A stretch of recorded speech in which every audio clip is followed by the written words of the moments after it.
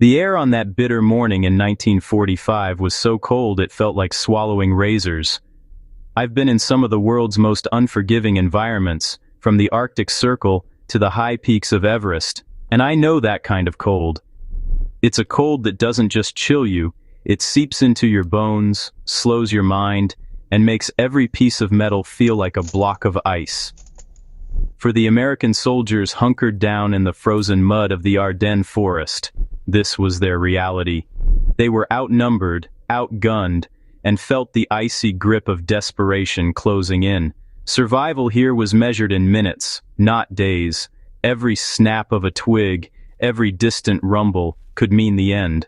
Then, the ground began to tremble. It was a low, deep vibration that you feel in your chest before you hear it. Through the skeletal trees, they emerged.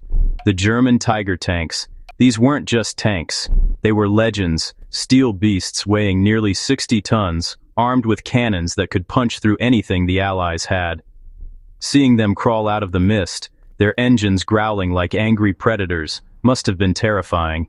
The American Sherman tanks looked like toys in comparison. The soldiers' rifles and grenades felt utterly useless against these rolling fortresses. The odds weren't just bad, they were impossible. Hope was a flicker, about to be extinguished. In these moments, when everything seems lost, your mind can either freeze up or kick into overdrive. Panic is the real enemy.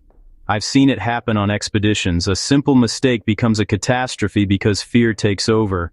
For those soldiers, the sight of the Tigers could have easily triggered that panic. The sheer power and invincibility of those machines were designed to break a man's spirit before the battle even began. You could hear the clanking of their treads, a rhythmic, metallic heartbeat of doom that echoed through the silent, snow-laden woods. It was a sound that said, "There is no escape." But survival is all about finding a different way, about seeing a weakness where others see only strength. It's about using the environment, your enemy's power, and your own knowledge against them. In that frozen trench, surrounded by the deafening roar of enemy armor, one man wasn't just seeing giant tanks, he was seeing machines. And he knew that all machines, no matter how powerful, have a breaking point, especially in the extreme cold. He knew that nature itself could be a weapon, if you only knew how to wield it. His name was Corporal James Theodore McKenzie, and he was about to prove that ingenuity is the ultimate survival tool. Corporal McKenzie was no stranger to the cold. He had grown up in the rugged wilderness of northern Minnesota, a place where winter wasn't just a season, but a way of life. Long before he wore a soldier's uniform, he was a mechanic and a logger, spending his days wrestling with stubborn engines in temperatures that would drop far below freezing. I've spent time with people like him, people who live and breathe the outdoors. They have a different kind of knowledge, one you can't learn from a book. It's a practical, hands-on wisdom earned through frozen fingers and hard-won experience. He understood the soul of a machine. McKenzie knew how machinery protested in the bitter cold. He knew the groan of metal contracting, the sluggishness of oil turning to sludge, and the way moisture could become a crippling saboteur. Back home, if a tractor or a logging skidder wouldn't start, you couldn't just call for a tow. You had to figure it out, often using whatever you had on hand. He learned that different fluids reacted in different ways to the cold. He knew that while some lubricants thickened, others could be mixed to create something entirely new. Something that could either help a machine run, or more importantly, make it seize up completely. This wasn't military training, it was life training. This deep, practical knowledge set him apart. While his fellow soldiers saw an impenetrable wall of steel, McKenzie saw gears, bearings, and hydraulic systems. He saw moving parts that relied on precise lubrication to function. He mentally disassembled the Tiger tank, not with explosives, but with logic. His mind was his greatest weapon. He remembered long nights in a freezing workshop, trying to free up a piece of heavy equipment whose moving parts had been locked solid by a mixture of grease and ice. An idea, born from those frigid memories, began to form in his mind. It was a long shot, a crazy plan, but it was a plan. Survival often comes down to this, using your unique background to solve the problem right in front of you. Whether you're a city dweller who knows the subway system like the back of your hand, or a woodsman who can read the forest, your personal experience is a resource. Mackenzie's resource was his intimate understanding of how the cold waged war on machinery.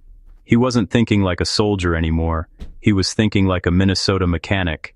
And that change in perspective was about to change everything for the men huddled in that frozen forest, facing down the might of the German Panzer Division. The Tiger tank was a marvel of engineering, a true titan of the battlefield. Its frontal armor was so thick that most Allied shells simply bounced off it. Its 88mm gun was lethally accurate and could destroy an enemy tank from over a mile away. On paper, it was nearly perfect. But every giant has a weakness, an Achilles heel. I've always said that in any survival situation, you need to look for that one vulnerability, that one small chink in the armor. For the mighty Tiger, that weakness wasn't its armor or its gun, it was something far more subtle, its turret ring. The turret, which housed the main cannon, was an incredibly heavy piece of machinery. To allow it to rotate a full 360 degrees, it sat on a massive, finely machined ring of ball bearings. This mechanism needed to be meticulously maintained and, crucially, well lubricated to work smoothly.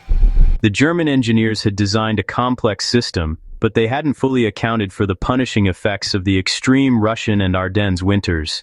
The special grease used for the turret ring was designed for normal European climates. In the deep freeze of that winter, it was becoming a liability. Here's the science behind it.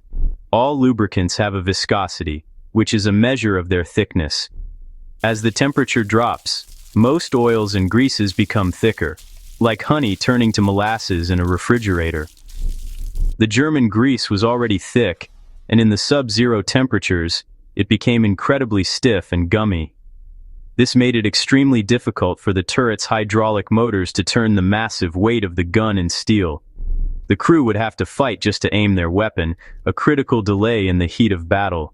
Mackenzie, with his mechanic's intuition, understood this principle perfectly.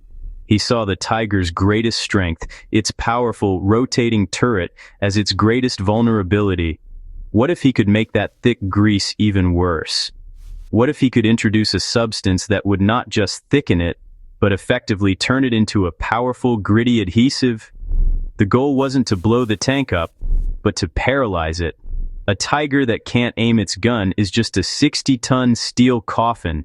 It becomes a fixed pillbox, its tactical advantage completely neutralized. Mackenzie's plan started to solidify. He wouldn't attack the Tiger's armor, he would attack its joints. Mackenzie's plan was brilliantly simple, born from necessity and know-how. He needed a concoction that would jam the turret rings. So, he scavenged what he could from his unit's maintenance supplies. He started with heavy-duty axle grease, the thickest stuff he could find. On its own, it would just add to the problem the Germans already had, but he needed something more. He needed something that would contaminate the existing lubricant and, when combined with the freezing temperatures, create a near-solid cement. He found his second ingredient in the fuel cans, diesel. Mixing diesel fuel with grease is a mechanic's trick, sometimes used to clean parts. The diesel acts as a solvent, thinning the grease. But Mackenzie knew what would happen next. He mixed the grease and diesel into a sticky, foul-smelling slurry. His plan was that this mixture, when applied to the hot turret ring of an active tank, would cause the volatile diesel to partially evaporate from the heat. The remaining substance would be a gritty, semi-solid sludge that would work its way into the ball bearings. Then, as the intense cold of the outside air hit it, the sludge would freeze into a rock-hard mass. Now came the hardest part, putting the plan into action. This wasn't something you could do from a distance. It required getting up close and personal with the most feared weapon on the battlefield. It was a suicide mission. But survival is about calculated risks. Under the cover of darkness and falling snow, Mackenzie led a small, hand-picked team of volunteers.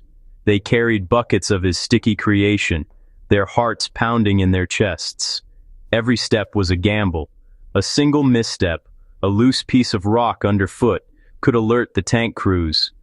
The low rumble of the idling engines covered some of their noise, but the tension was unbearable.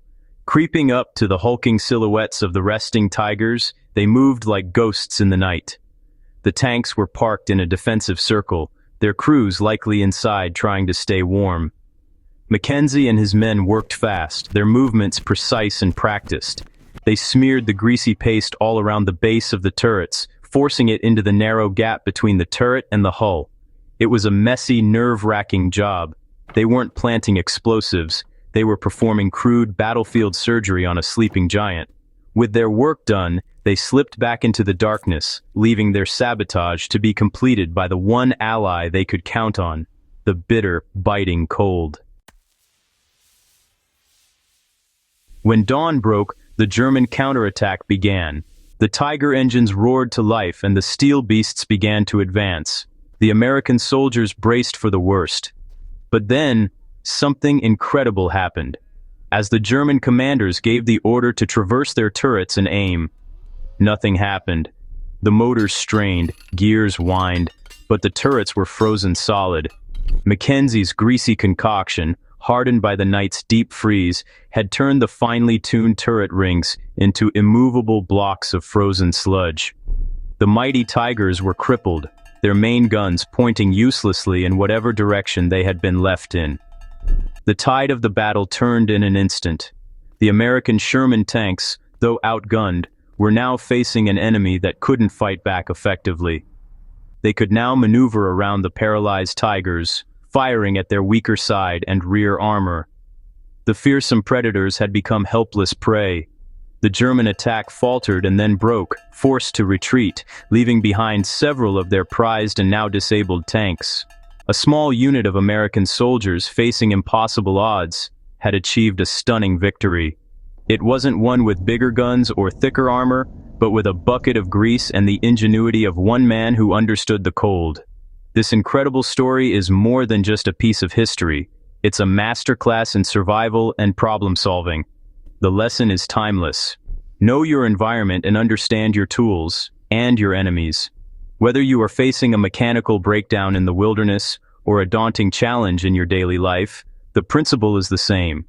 Don't just look at the size of the problem, look for its mechanics, its moving parts, its hidden weaknesses, your unique knowledge, the skills you've gathered from your own life experiences is your most powerful asset.